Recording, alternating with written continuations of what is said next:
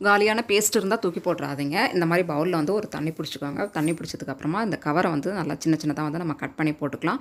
இந்த மாதிரி போட்டுட்டு நல்லா வந்து தண்ணியை மிக்ஸ் பண்ணி எடுத்துக்கலாம். மிக்ஸ் பண்ணி எடுத்துகிட்டு நல்லா வந்து பார்த்திங்கன்னா அதில் இருக்கிற பேஸ்ட் ஃபுல்லாகவே நல்லா இறங்கி சூப்பராக வந்து பேஸ்ட் லிக்விட் மாதிரி ரெடி ஆகிடும். இதுக்கப்புறம் என்ன பண்ண போகிறோம் அப்படின்னு பார்த்தீங்கன்னா, இந்த மாதிரி வந்து ஸ்கூலுக்கு வாட்டர் பாட்டிலாம் கொண்டு போவாங்க இல்லையா, அதை வந்து நம்ம வந்து ப்ரஷ் வச்சு க்ளீன் பண்ணாலும் அந்தளவு நமக்கு எட்டாது, க்ளீன் பண்ண முடியாது. இந்த மாதிரி வந்து நம்ம கட் பண்ண அந்த பேஸ்ட்டோட கவரை உள்ள ஸ்க்ரப்பர் மாதிரி போட்டு அந்த தண்ணியை ஊற்றி ஷேக் பண்ணி எடுத்துக்கோங்க. இந்த மாதிரி ஷேக் பண்ணி நம்ம எடுக்கும்போது பார்த்திங்கன்னா உள்ளே இருக்கிற கெட்ட வாடையும் போயிடும். அதே மாதிரி உள்ளே இருக்கிற அழுக்கும் பார்த்திங்கன்னா நல்லா சூப்பராக வந்து க்ளீன் ஆகிடும்.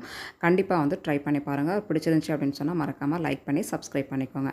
இப்போ நெக்ஸ்ட் டிப்பை என்ன பார்க்க போகிறோம் அப்படின்னு பார்த்தீங்கன்னா, நம்ம கவரில் எண்ணெய் வாங்கும்போது பார்த்திங்கன்னா பாட்டிலில் ஊற்றுற மாதிரி இருக்கும். வாய் வந்து கொஞ்சம் சின்னதாக இருக்கிற மாதிரி இருக்கும். டேரெக்டாக ஊற்றணும் அப்படின்னா வந்து அது வழிஞ்சு கீழே ஊற்றிடும். அதுக்கு பதிலாக பார்த்திங்கன்னா நம்ம வந்து கட் பண்ண இந்த பேஸ்ட்டோட கவரை பார்த்திங்கன்னா இந்த மாதிரி கேப் மாதிரி நம்ம யூஸ் பண்ணும்போது சிந்தாமல் செதறாமல் வந்து எண்ணெய் ஊற்றலாம். கண்டிப்பாக ட்ரை பண்ணி பாருங்கள். பிடிச்சிருந்தா லைக் பண்ணி சப்ஸ்கிரைப் பண்ணிக்கோ.